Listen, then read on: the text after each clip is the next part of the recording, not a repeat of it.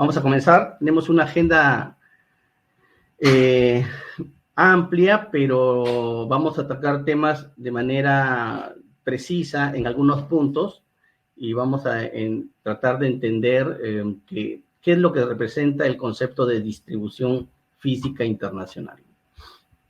Vamos a iniciar primero por la definición de lo que es la logística, y para poder entender lo que es logística, es oportuno que reconozcamos que en este mundo en el que vivimos, con una geografía diversa, existen en cada punto, en cada rincón de este mundo, un producto el cual nos gustaría que esté en nuestra mesa. Sin embargo, por situaciones geográficas, climáticas o lo que sea, no se encuentra. Bueno, pues esto ha sido siempre el mismo problema a lo largo de la historia. Langostas en Canadá, salmón en Noruega, carne bovina en la India, acero en Turquía, petróleo en Arabia, trigo en Australia y arándanos en Perú son requeridos por todos los países y todos los consumidores del mundo. La pregunta es, ¿cómo hacemos para que estos se conecten? Pues ese ha sido el principal problema, como lo repito, por muchos años. Recordaremos que en esos tiempos, y hablo pues de las épocas antiguas, existían limitaciones de acceso a esos bienes. No solamente porque estos se producían en lugares donde no estábamos ubicados, ¿no?, los consumidores, sino que también en muchos casos estos se producían en temporadas reducidas, ¿no? Por ejemplo, temporadas de 2 meses o 3 meses. También existían restricciones en el transporte y en el almacenamiento. El transporte porque estábamos supeditados a la capacidad de carga de una persona o de un animal de carga o una carreta. Y en el almacenamiento porque estábamos atados por lo que representan los productos perecederos. ¿Qué generó esto? Pues que las personas se afinquen en espacios, confluyan en estos lugares que se llamaron ciudades y de los cuales les costaba trabajo salir, porque en el momento que salían de ellos, se alejaban de ellos, no encontraban pues ni los productos que ellos requerían, ¿no? ¿Qué ocurrió? Pues ocurrieron muchas cosas, vamos a decirle algunas importantes transformaciones. Kotler, que es un estudioso de toda la transformación histórica, habla de 3 grandes olas. La primera, la ola agrícola, la ola industrial, la segunda, y la ola tecnológica, la tercera. La ola agrícola representa pues el conocimiento del hombre para la agricultura.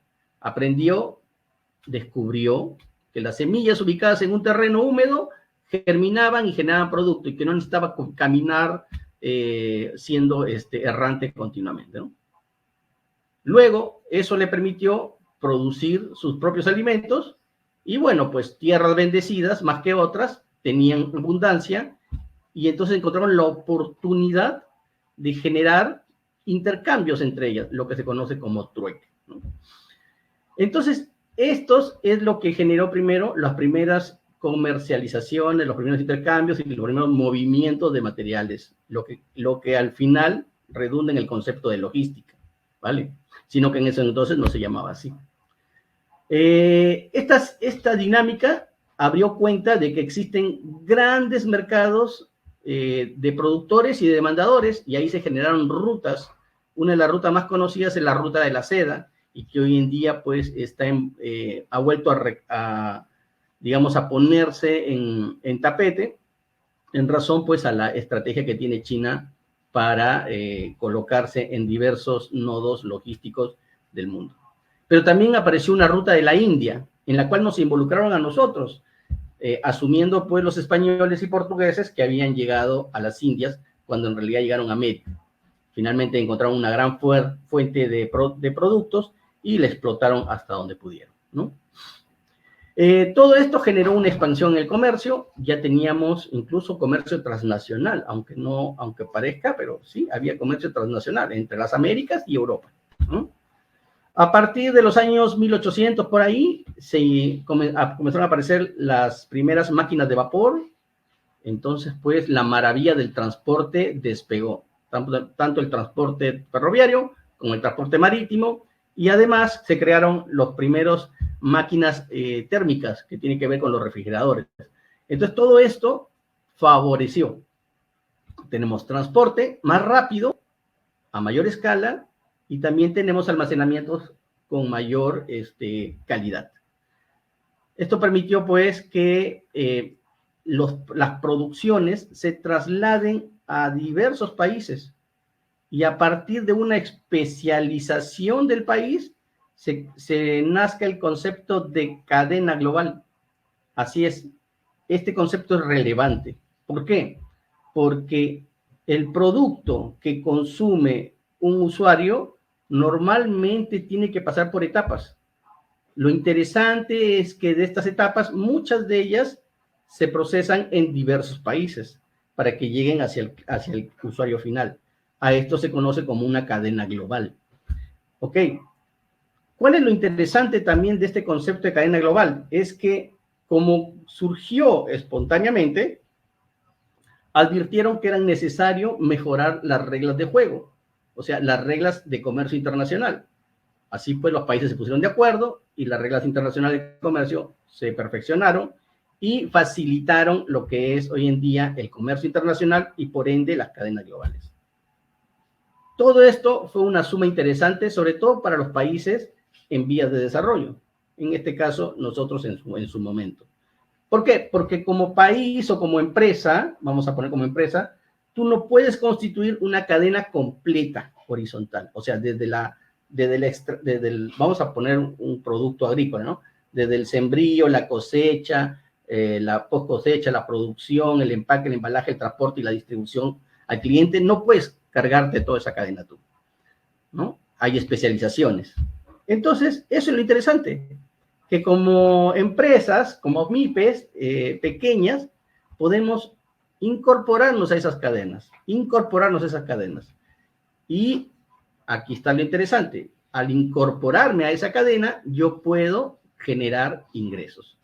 Y este ha sido el medio de crecimiento de las MIPES en la gran mayoría, o por no decir la mayoría, la totalidad de los países que han tenido vías de desarrollo significativas, ¿no? Bien, todo eso ha sido genial hasta el 2018, 2019, 2020, donde todos reconocemos que han habido importantes cambios, importantes, digamos, fenómenos, ¿no? Primero se bosquejó en el 2018, 2019, una pelea de aranceles que hoy se ha vuelto a aparecer.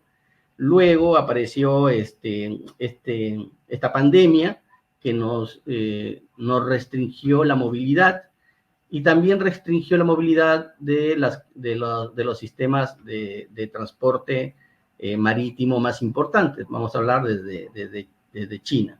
Luego, pues, se suscitaron otros problemas, como el de la guerra que hubo entre Rusia y Ucrania, que afectó suministros importantes. Todo esto ha hecho importantes cambios. Un número uno, por ejemplo, es que las personas han acelerado, y de todo nivel de edad, y de toda clase social, han acelerado la incorporación de la digitalización en todos sus procesos de aprendizaje, de estudios, de compra, de viaje, etc. Todo ha sido asimilado con mayor rapidez y esto se debe a los fenómenos que hemos mencionado. Entonces, es innegable que si voy a generar o diseñar un producto, este producto deba tener en algún momento, en alguna parte, en algún componente, un componente digitalizable. Segundo, lo que ha generado también es que muchos países, sobre empresas representativas, reconozcan que existía una altísima dependencia por la mano de obra asiática. Entonces han comenzado a evaluar, porque todavía no lo han hecho significativamente, pero han comenzado a evaluarlo, la posibilidad de reconstruir su industria nacional local, o por qué no, fortalecer la industria y la cadena regional. A esto se le conoce como nearshoring o reshoring, que no es otra cosa que, en vez de estar dependiendo de un país, de un solo país, que en este caso se enfocó en Asia, hoy día voy a buscar la manera de fortalecer mis proveedores y también, ¿por qué no?, mi demanda regional, ¿no? Entonces, ese es un tema que se viene conversando de una manera progresiva. ¿Qué ha ocurrido también? Es que desde que apareció el Internet hasta la fecha de hoy, el consumidor se ha vuelto más informado, más influyente y más exigente. Informado, ¿por qué? Porque tiene la oportunidad de comparar, ¿no? Ya tiene acceso a la información. Por acá veo algunos productos que tienen mayor contenido de grasa, otros por acá tienen menor contenido de grasa, prefiero una vida saludable, etc. La gente también se ha visto modificada en algunos de sus dietas debido pues a este tema de la crisis sanitaria, ¿no? Entendiendo que de la mejor manera que podamos cuidarnos en nuestro alimento, podamos pues tener una vida más saludable, ¿no? O resistente al menos a algún tipo de estos fenómenos de salud. Es influyente, ¿por qué? Porque las redes sociales le han permitido eso. Hoy en día tu voz se escucha, retumba y puede generar una ola tan alta que termina pues socavando las bases de calidad del producto o de la empresa, ¿no?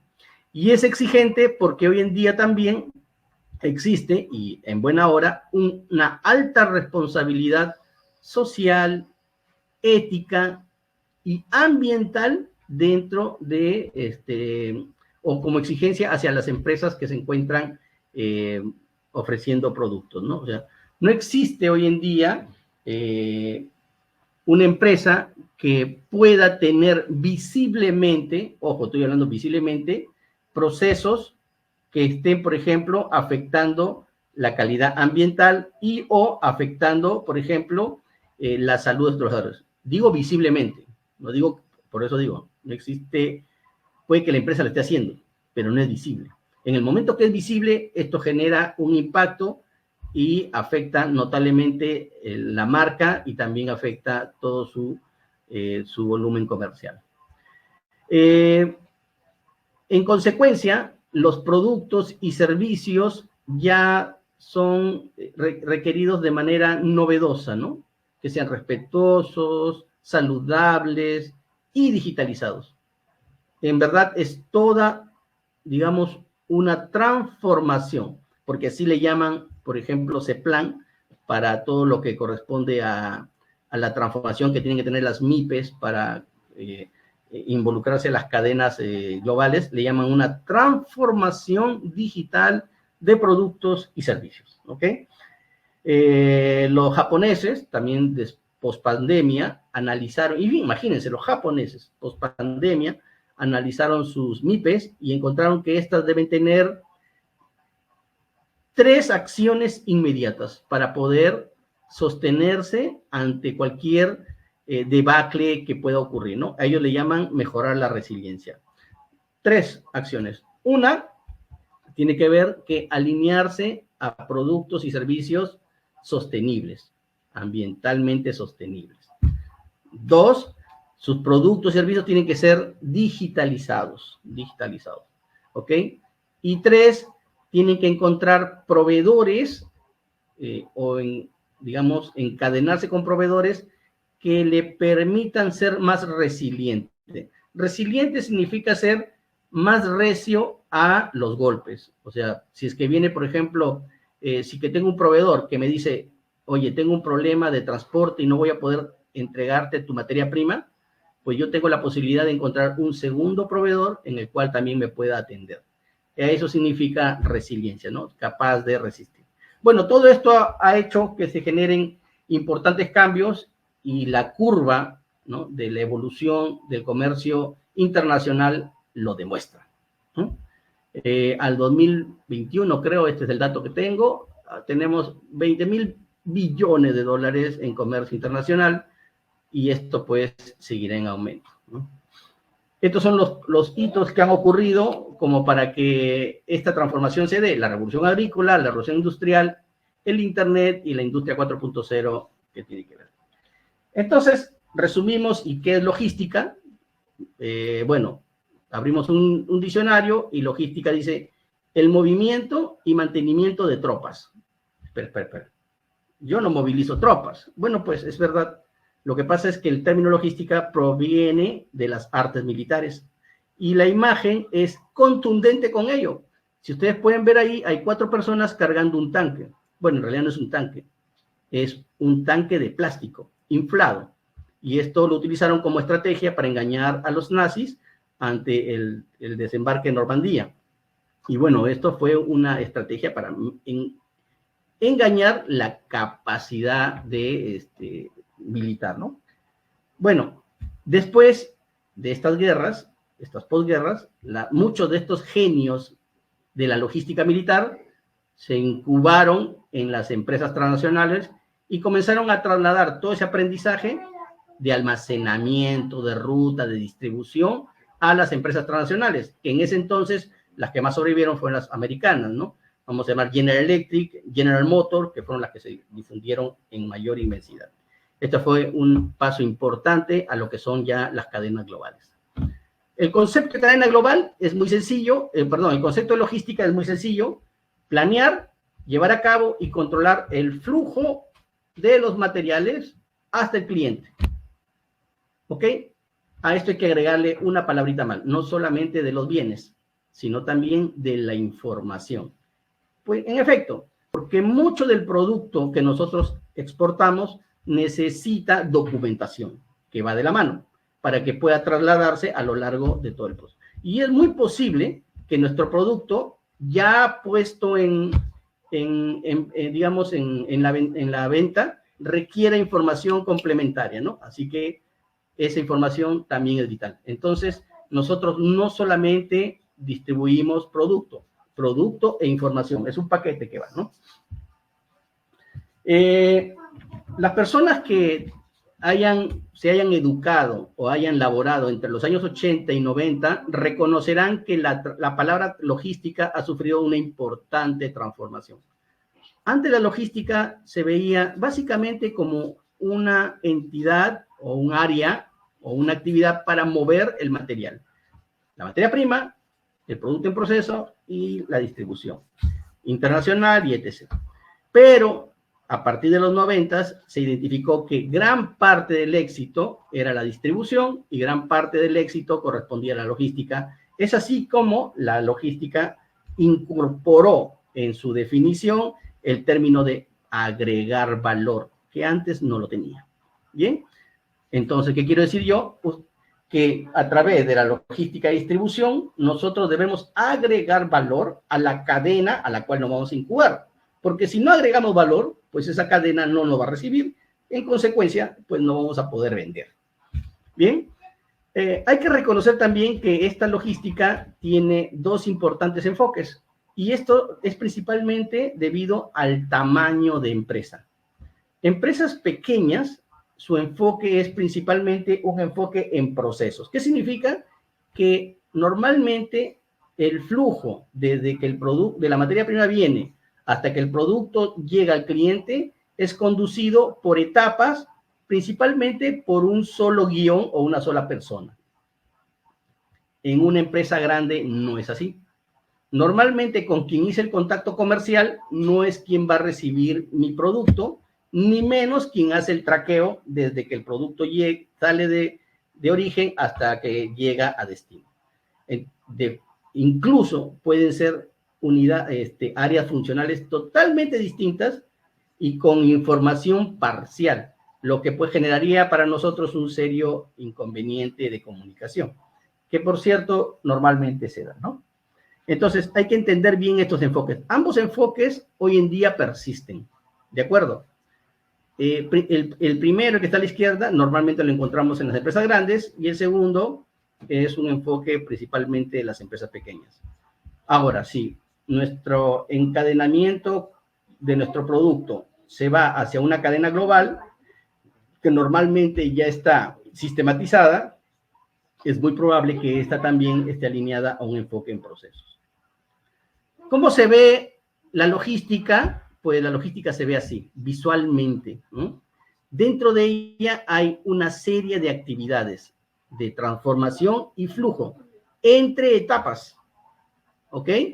¿Dónde me incorporo yo como una MIPE? Depende. ¿Depende de qué? De mis habilidades. ¿Soy bueno para la agricultura y la siembra y la cosecha? ¿O soy bueno para el acopio? ¿O soy bueno para el procesamiento? ¿O soy bueno para la parte digamos, de distribución o para la captura y canalización de mercados? ¿Para qué soy bueno? No solamente para qué soy bueno, sino también mis recursos, ¿no? Si de repente tengo un área disponible cerca a los productores, pues de repente tengo mayor facilidad de poder ser un acopiador. Entonces, lo que quiere decir es que esta es toda la vista general, pero no es toda la vista que tú vas a ver como MIPE, ¿no? Definitivamente tú vas a inclinarte en alguno de ellos. E insisto, las empresas transnacionales, ninguna de ellas logra cubrir todo. Normalmente hacen una parte, y las más grandes pueden llegar hasta una cierta parte, ¿no? Por ejemplo, acá en el Perú existen cadenas productivas grandes, como la de la cebolla, ¿no? Donde el productor pues, es el mismo que acopia, el mismo que procesa y etc., ¿no? Y como el de espárragos también es bastante parecido, ¿ok? Pero el café, el cacao no son así, son eslabones bastante atomizados, ¿no? Que se van incorporando a una cadena, ¿no? ¿Y qué necesito yo para acercarme a esa cadena? Bueno, pues existen varios criterios. Colocando el más sencillo, el volumen. ¿Tengo el volumen que requiere mi cliente? Y si no lo tengo, tengo la capacidad de asociarme con otros o de repente o de tercerizar con otros para poder obtener ese volumen. Muy bien, eso es una cosa. Lo otro es el costo. ¿Tengo el costo que realmente me corresponde? Y lo menciono no una, sino varias veces. El costo es importantísimo. Yo he tenido la oportunidad de hacer asesorías a MIPES que tienen potencial exportador, y una de sus principales debilidades es que no tenían clarísimo cuál era su estructura de costos. Desde la materia prima al producto terminado, a partir de ahí, la preparación para el ensamblaje, y de ahí para adelante, la parte que corresponde a la distribución física, ¿no? Pero no quedamos con ello, nos están faltando otras vallas, como bien lo hacen mención algunos especialistas. Se dice que las MIPES, que tienen potencial para articularse con cadenas globales y poder hacer su logística de distribución, pues uno de los problemas que tienen son las vallas de calidad, entre ellas, las que ya mencioné, costos, que tiene que ver con inversión también, volumen, ¿ok? Pero también las insalvables dimensiones, si tiene capacidad de poder hacer esas dimensiones, el empaque y embalaje, el etiquetado, la trazabilidad, las propiedades, incluso las certificaciones y homologaciones que requiere el producto. Todo esto no es estándar en el mundo, ni tampoco en cada mercado en particular. Algunos países exigen ciertos estándares y dentro de ese país incluso tu cliente puede exigirte otros requisitos. Y podemos ver lo mismo en otro país, ¿no? Entonces, existe un sinnúmero de particularidades que tenemos que tenerlas claras y saber cuál es el costo que representa esto en mi estructura. Lo que significa ofrecerle al cliente un producto con todas las características, con todos los atributos que me pide, ¿ok? Y a eso sumarle, por ejemplo, otros criterios que normalmente pide el cliente y que a veces no los damos en cuenta, como por ejemplo, la flexibilidad. El cliente, por ejemplo, me dice, ¿sabes qué? Quiero que me despaches hoy. No, la próxima semana mejor. No, mejor el 15. Entonces, yo tengo que tener suficiente espalda de almacenamiento para poder acompañar su requerimiento. O de repente me llama y me dice, ¿sabes qué? Hay que adelantar el despacho porque mis otros proveedores ya me pidieron y hay que juntarlo. Todo eso es un nivel de servicio que a veces no se visualiza porque no está en el producto. está en las instalaciones, en la capacidad, en la flexibilidad que yo pueda tener para poder abordar esos requerimientos de flexibilidad. Todo ello tiene que tener una suma y todo eso tiene que tener un costo que obviamente tiene que ser mucho menor al precio del producto. Si no existe un equilibrio, pues entonces estamos obrando en un mercado que no nos corresponde, ¿no? Bien. Bueno, yo ya había mencionado sobre los retos, acá hablé también de la industria manufacturera, ¿no? La resiliencia, la transformación digital y la conversión verde, ¿no? Esos son los retos que tienen, ¿no? Vamos a hablar ahora de nuestro amigo la cadena. Yo he hablado mucho el término cadena, la definición de cadena. Ustedes pueden encontrar numerosas fondos que les pueden permitir a las cadenas productivas, a las cadenas logísticas, a las cadenas globales, etc. Pero ¿qué es un concepto de cadena? Es muy sencillo, son eslabones. Y están marcados incluso los eslabones. El eslabón que genera la materia prima, el eslabón que la transforma, el eslabón que la distribuye. A esto hay que sumarle un eslabón que de repente es el que diseña el producto y marca, ¿ok? Y por ahí hablamos de un eslabón que transporta internamente. Dentro de los eslabones, que no son otra cosa que una ideación, ¿no? De lo que es realmente una cadena de negocio, dentro de esos eslabones hay empresas, diversas empresas, diversos tamaños, ¿ok? Y normalmente alineados a un solo sector, porque es la cadena de negocio. Entonces, ahí encontramos oportunidad nosotros para entrar, ¿no? O la posibilidad de salirnos e irnos a otro eslabón. Como MIPE tenemos que reconocer en qué eslabón nos conviene entrar y en qué eslabón no. ¿Podemos tomar más de un eslabón? Sí, por supuesto, si nuestra capacidad lo permite. Pero si quiero introducirme, normalmente preferiría entrar en un solo eslabón, ¿no? O sea que ahí voy conociendo el mercado y me voy introduciendo a él, ¿no? Este es un ejemplo de la cadena del cacao. Mira, acá están los productores, acá hay un puente por acá tengo un lapicito que va a ayudar, ¿no? Ahí vamos a ver. Ya tengo los productores, después viene la logística interna, acá está el puerto de origen, el transporte, el puerto de destino, y aunque no lo crean, de ahí sigue otras transformaciones complementarias hasta llegar al cliente, ¿no? En el Perú, por ejemplo, algunas de estas, digamos, eslabones de transformación se encuentran acá, en el Perú mismo, algunas, ¿no? Pero otras, y la mayoría, se encuentran en puerto destino, ¿no? Bueno, a esto se conoce como sofisticación de la producción. En efecto, si hay algo que tenemos todavía como reto, es que nuestros productos tienen que salir con mayor valor agregado. Pues si no, vamos a enfrentarnos a productores y países productores con las mismas características que posiblemente no vamos a poder competir.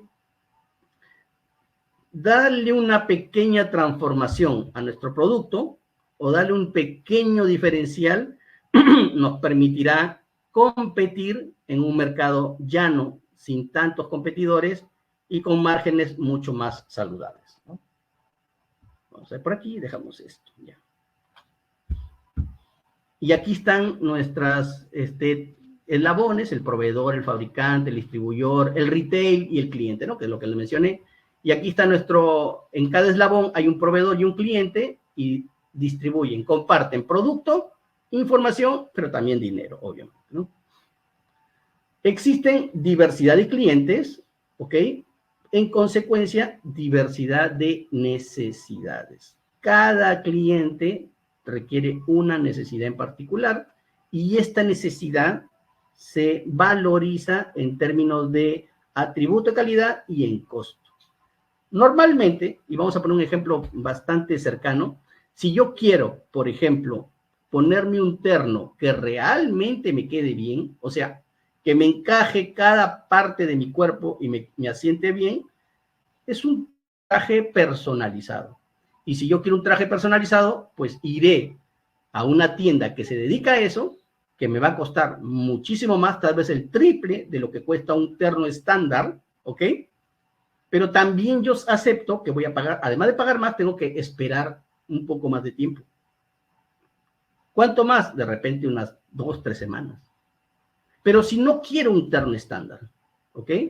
No quiero un terno a medida, quiero un terno estándar, pues yo sé que me voy a ir a una tienda, veré el que más se acerca a mi cuerpo, ¿ok? No importa que sea el que más se acerque a mi cuerpo y punto, le pido por ahí que haga un par de ajustes, algo será, ¿vale? Sé que me va a costar mucho menos, ¿de acuerdo? Y sé que me lo van a entregar máximo al día siguiente si es que necesita ajustes.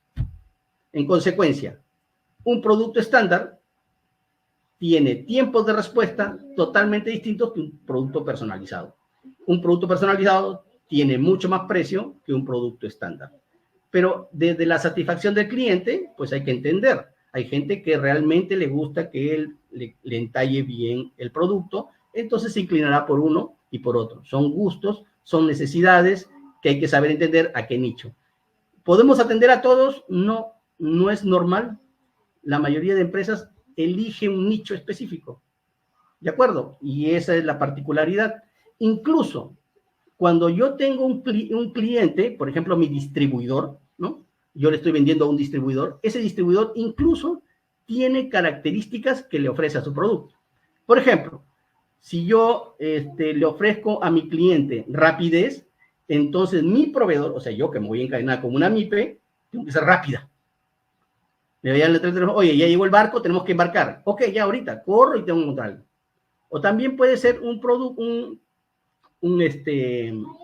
un distribuidor que su principal fortaleza sea la cobertura, o sea, está llegando a varios países. Entonces tengo que encontrar las formas de tener la documentación para cada país por separado. Y por último, si es que es un proveedor que tiene como principal fortaleza la experiencia del consumo, pues entonces tengo que tener un producto diferenciado, ¿de acuerdo? Entonces, depende mucho a qué cadena me estoy articulando para saber cuáles van a ser los atributos de calidad y cuál va a ser el costo. Esto es clave, por favor, muy clave, ¿no? Y existen, como les decía yo, diversidad de exigencias, experiencia de producto, innovación en el producto, retornabilidad, si se malogró, ¿cómo hago para retornarlo? Variedad del producto o disponibilidad del producto o tiempo de respuesta o visibilidad. Cualquiera de ellas, cada una de estas tiene un costo, no lo olvides.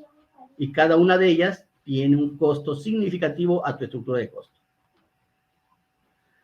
Bueno, aquí vemos algunos ejemplos, les puse lo del terno y puse otro terno acá, en verdad no es un terno, es un traje, ¿no? Ya más que a medida es un traje sofisticado, ¿no? Un traje de astronauta. En efecto, no solo existen productos estándares y productos hechos a medida, sino existen productos diseñados a medida,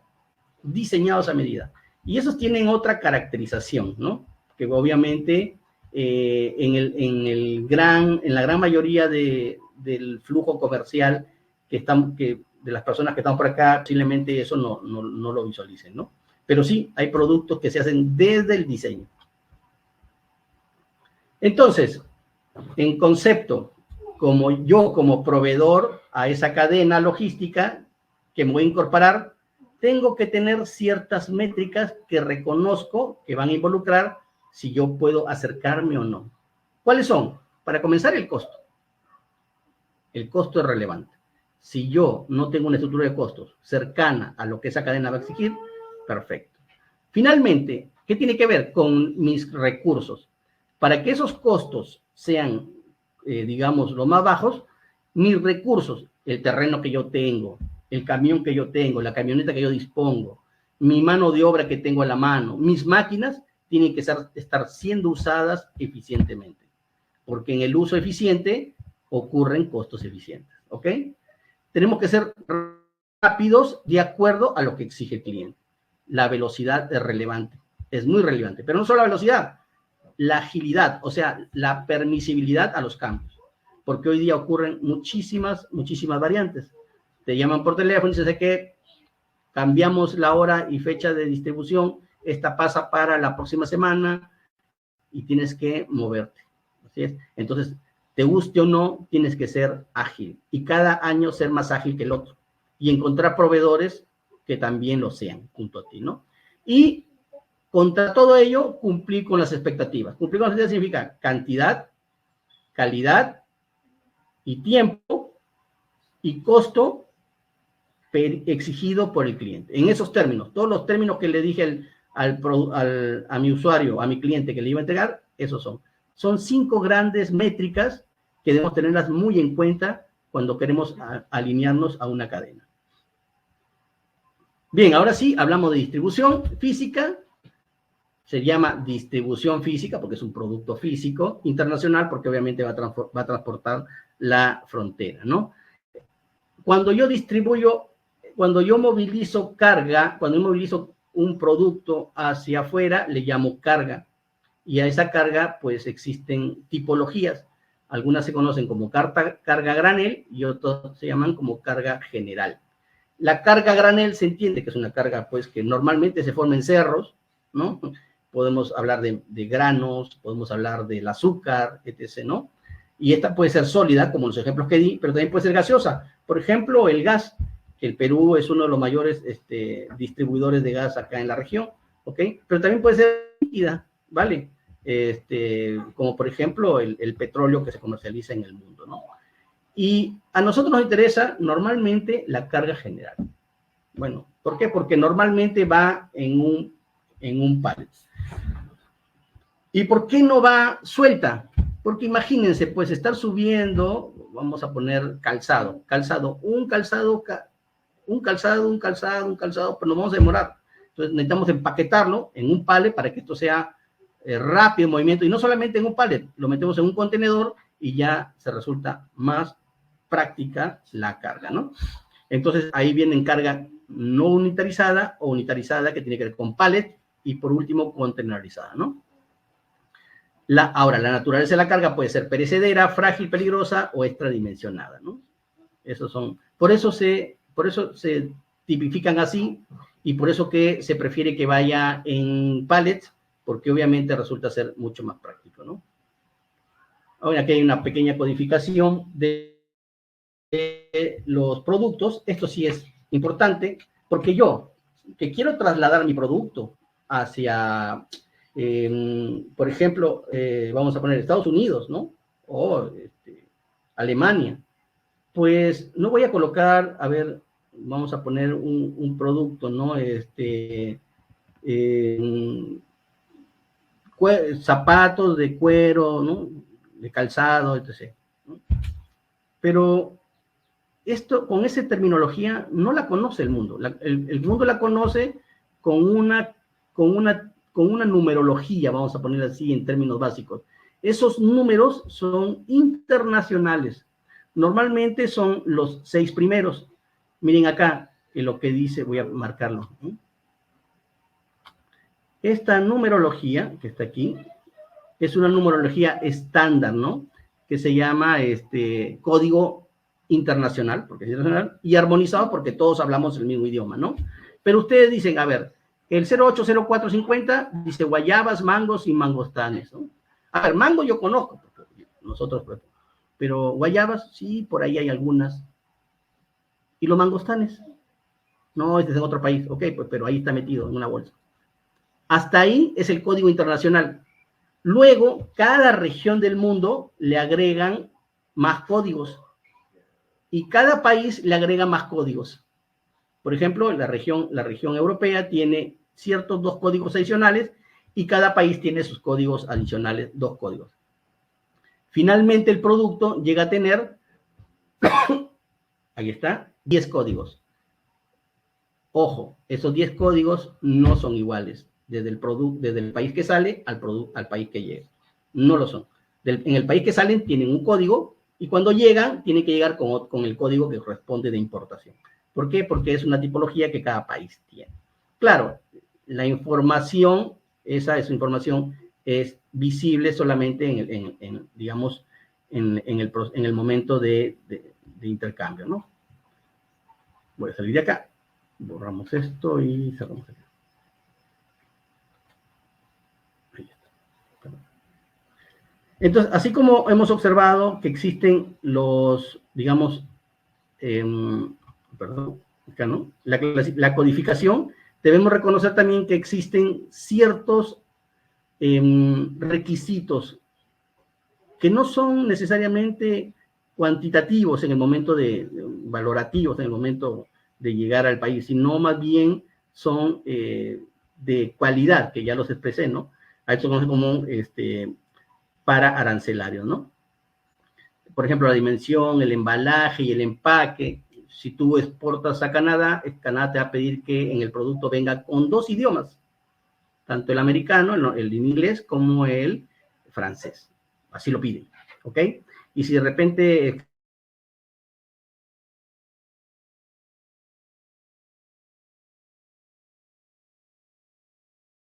cada país tiene ciertas características, ¿no?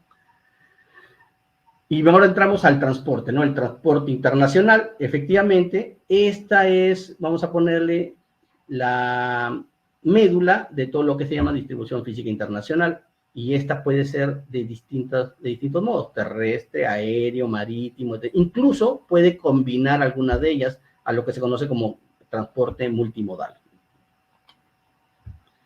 Acá ponemos un flujograma, más o menos, de cómo se desarrolla toda esta distribución.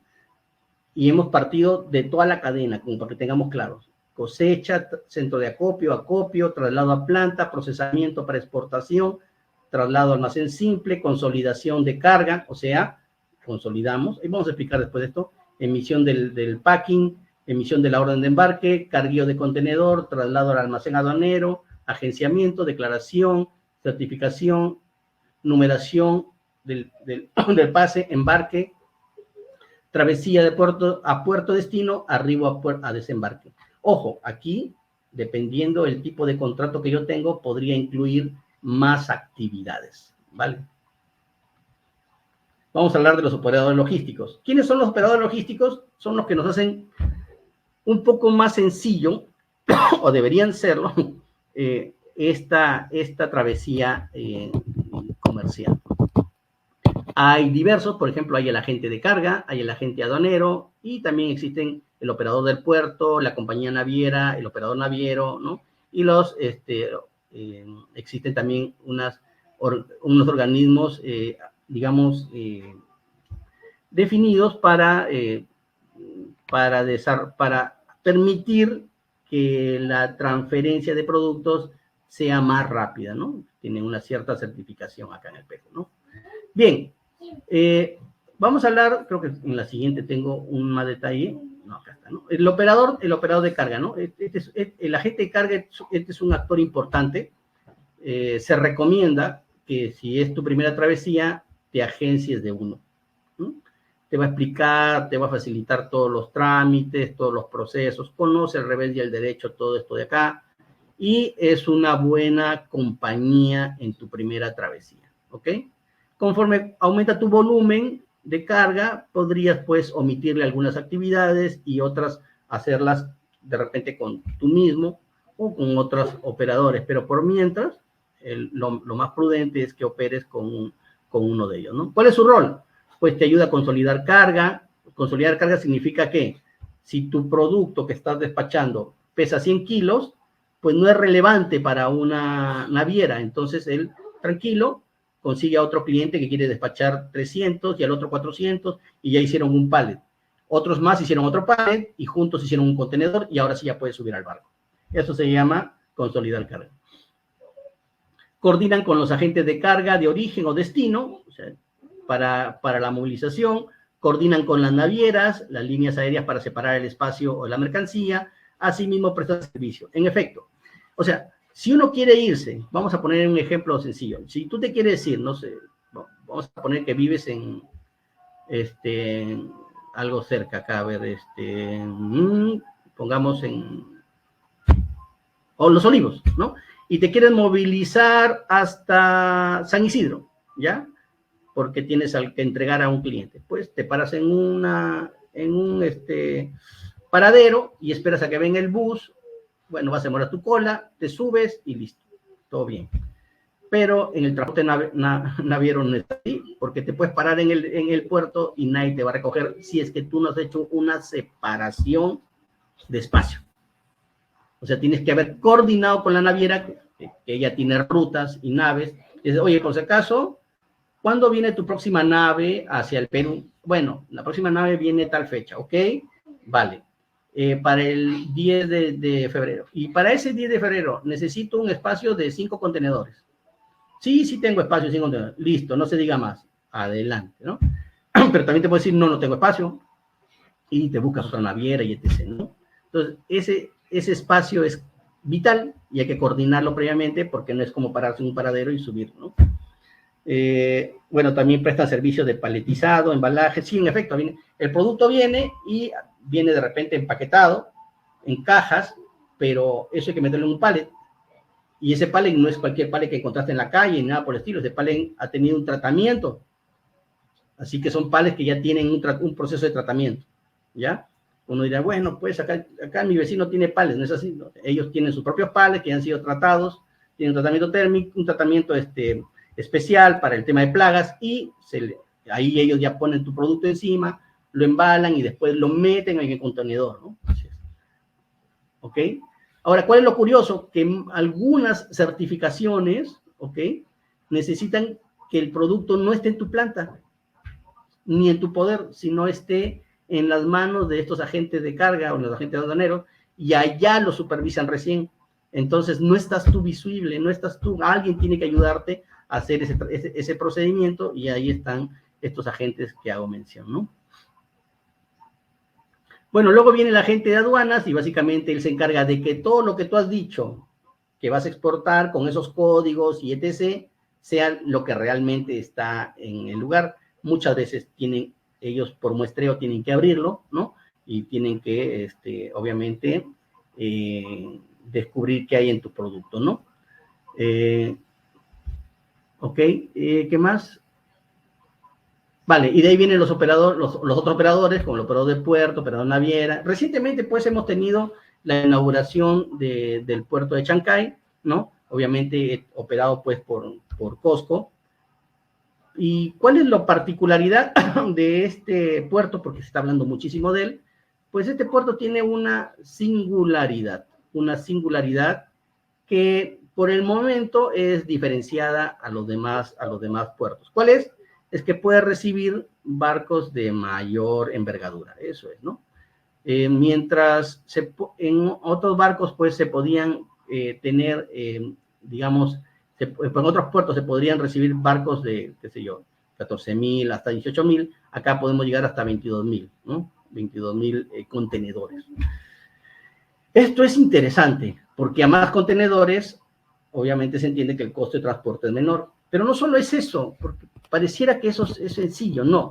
Porque al tener, digamos, al poder captar barcos más grandes, ya no necesitas hacer transbordo. En efecto, mucho de la carga que se iba o que venía de Asia, primero pasaba por la costa oeste, ¿no? Ya sea en México, Manzanillo, o qué sé yo, o en Estados Unidos, y de ahí se trasladaba a barcos más grandes y de ahí se iban a Asia.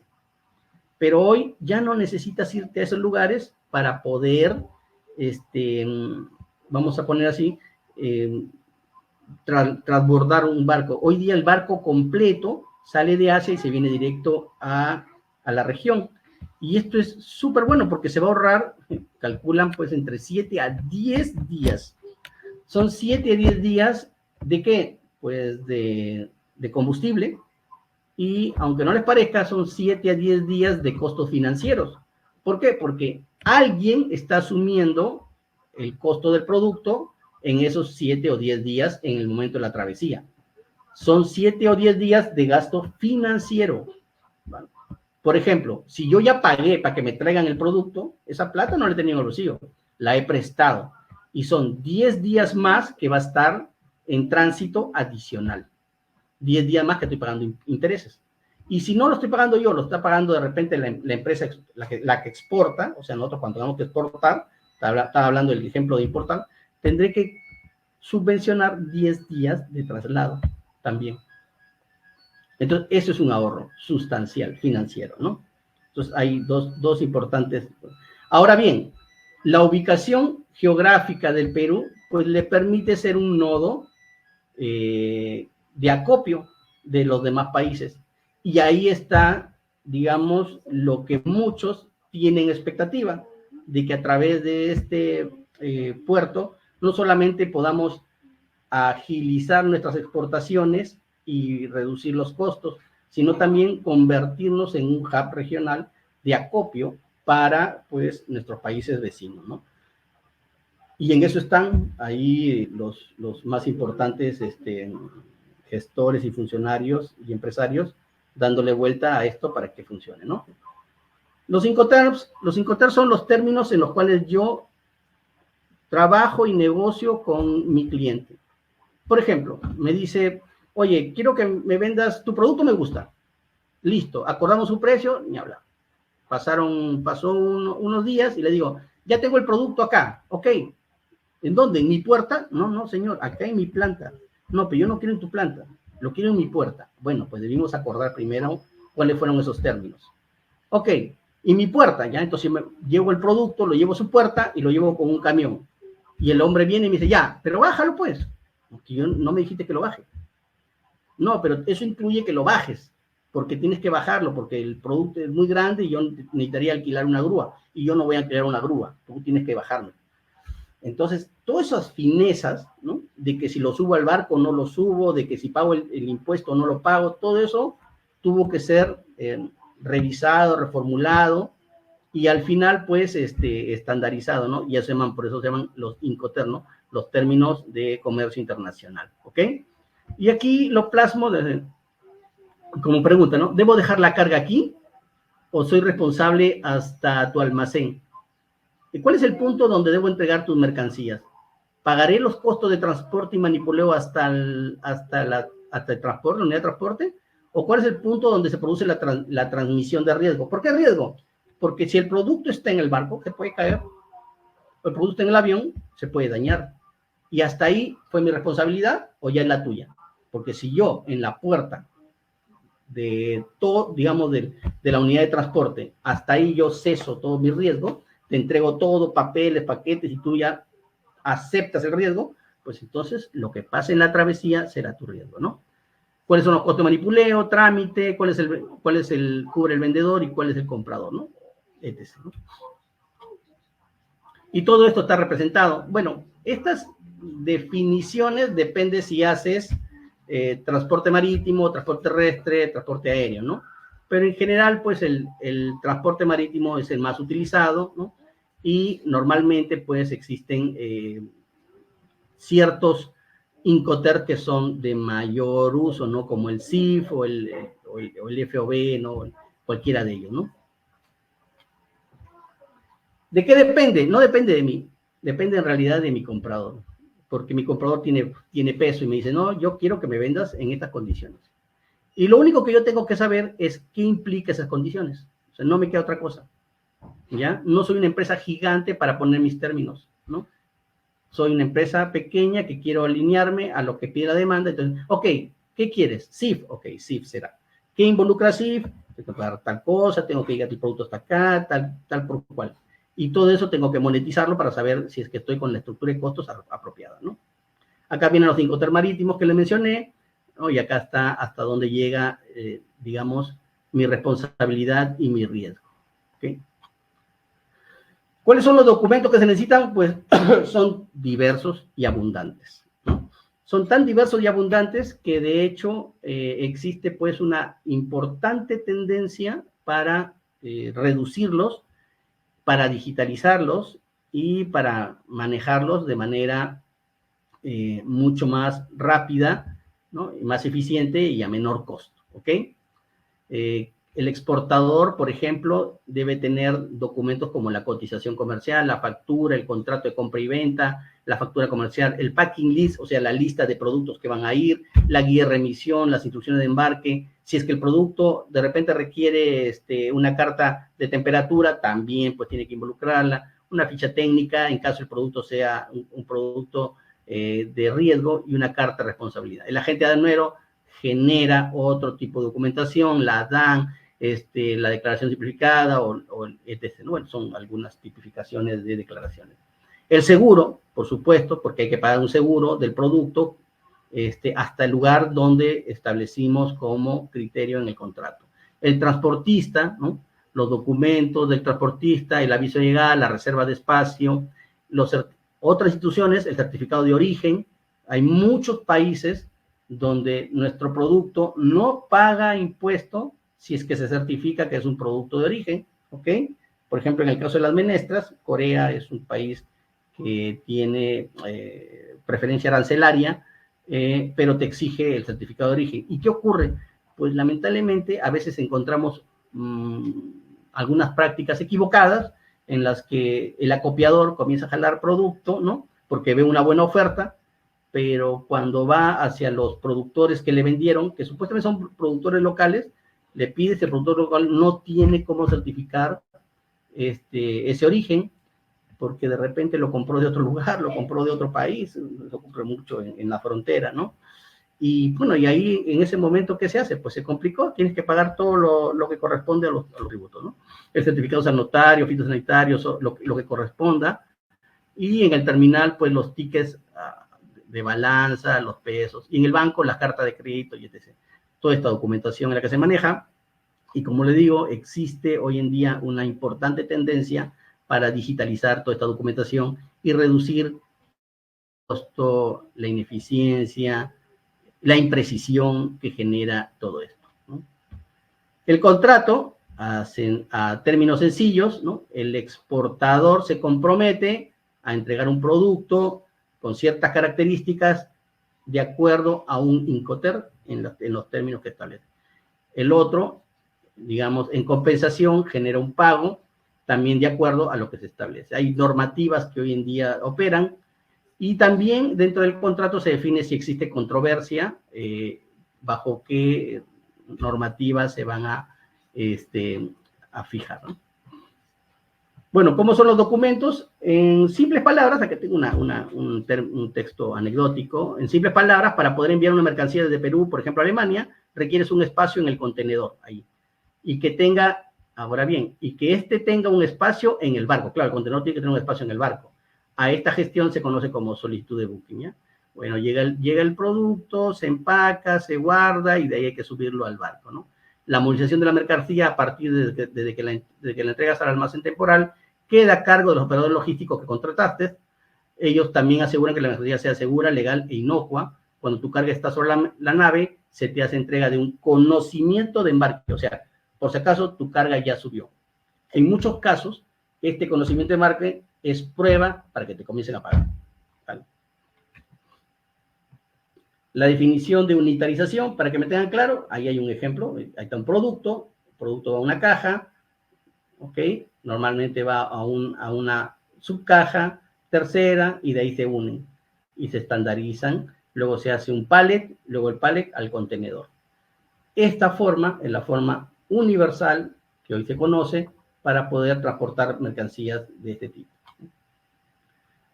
Oye, pero si mi caja, ¿de qué tamaño debe ser? Pues te recomiendo que analices eso, porque la idea es optimizar el mayor espacio, ¿no? Así que en la web existen optimizadores de volumen, de espacio, ¿no? De acorde a tu producto. Bueno, aquí hay algunos de los contenedores, sí, pues porque hay contenedores que necesito que llevan carga seca, pero hay contenedores que necesitan carga refrigerada, entonces hay que saber qué tipo de contenedor voy a solicitar. Perdón. Y he hablado muchísimo de la estructura de costos y creo que este gráfico es el que representa esta estructura de costos. Coste de materia prima, coste de transporte, coste de producto, coste nuevamente transportarlo, costo al almacenarlo, costo para unitarizarlo, luego llevarlo hacia el muelle y después llevarlo hacia el muelle final, ¿no? Esa estructura hay que conocerla bien, ¿no? Aquí hay algunas estrategias sobre el costo de abastecimiento. Acá tenemos un proveedor, acá está la planta, y, a ver, vamos a ver, este es cuando tu cadena involucra más de un eslabón, o cuando solamente compras y produces, ¿no? Aquí es clave porque muchos de nosotros a veces sí conocemos el costo de nuestro producto, pero aparece un nuevo mercado y no sabemos cuál es el costo que cuesta preparar el producto. Y eso es una distinción notoria, ¿no? ¿Qué cuesta mi producto y cuánto cuesta prepararlo para el embarque? ¿Ok? Incluyendo todo lo demás que tenga que ver incluso con las certificaciones. Acá está el producto, ¿ya? Acá está ya viene embalaje y marcado para exportación, unitarización y el transporte intermedio, ¿no? Claro, esto es para ex-world, o sea, para puesto en mi puerta. Si quiero más, pues tengo que saber a qué costo. Al buque, con flete, o llevarlo al destino, etc., ¿no? Muy bien. Espero que este pequeño brief, resumen, les haya podido dar una importante idea.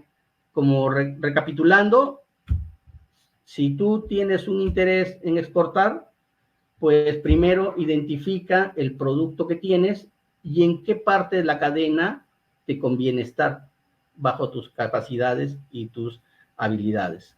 Segundo, identifica a tu cliente, no solamente el país, sino también a qué tipo de mercado está apuntando, porque dependiendo del tipo de cliente, aparecen y saltan atributos que muchas veces influyen, que siempre influyen en el costo. ¿Ok? Y por último, y no menos importante, hay requerimientos que no aparecen en el papel, como por ejemplo flexibilidad a la hora del despacho. Eso, por ejemplo, no aparece en el papel. Sin embargo, tu cliente lo exige. ¿Y eso qué se hace? Se hace pues que uno tenga que incluir ese tipo de costos, almacén o lo que sea, ¿no? Muy bien, muchas gracias, y espero que les haya servido todos estos pequeños tips y breves como un proceso de introducción a lo que van a tener una importante, digamos, una mayor cantidad de conocimientos que mi instituto les va a ofrecer. Muchas gracias. Gracias a ti, Michael, por tu presentación. Y ahora vamos a dar pase a la ronda de preguntas, así que invitamos a todos los asistentes a que los puedan formular a través del chat.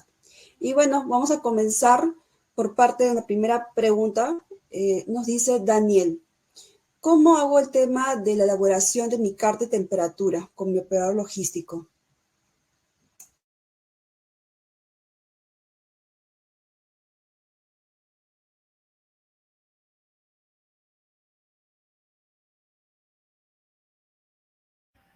Perdón, ¿cuál era la pregunta? Sí, se interrumpió. Nos dice, ¿cómo elaboro mi carta de temperatura con el operador logístico? Bueno, a ver, primero hay que entender que cada producto tiene ciertas necesidades, ¿no? Por ejemplo, existen las fresas que tienen, digamos, cierto perfil de temperatura que debe seguir, y existen otros productos, ¿no? Entonces hay que entender primero qué producto es el que yo voy a transportar. Cada producto ya tiene caracterizado la temperatura de mantenimiento. Ahora bien, a eso hay que sumarle qué distancia voy a recorrer. Entonces ahí viene el ajuste de la carta, ¿no?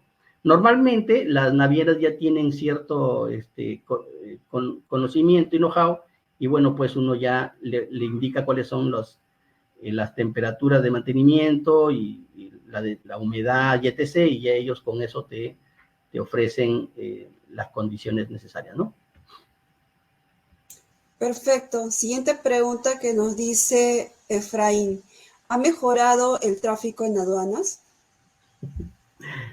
No sabría responderte, espero que sí. En realidad es una competencia de esa área. Espero que sí. Siguiente pregunta por parte de Jeffrey Acevedo. Ya para cerrar justo ya nuestra ronda de preguntas, nos dice, ¿cómo se puede hacer para aplicar a ser operador logístico y aduanas? Vale, bueno, existen ciertos requisitos, pero nuevamente es un tema que corresponde hay una entidad, ¿no? que desarrolle ese tipo de lanzamientos, de convocatorias, tiene que crear tu empresa propia para esos fines, ¿no? Vale, bueno, por lo que veo no ha habido preguntas vinculadas a la contextualización de lo que es una cadena. Espero haber sido, digamos, bastante sencillo en hacerles entender lo que es esta definición.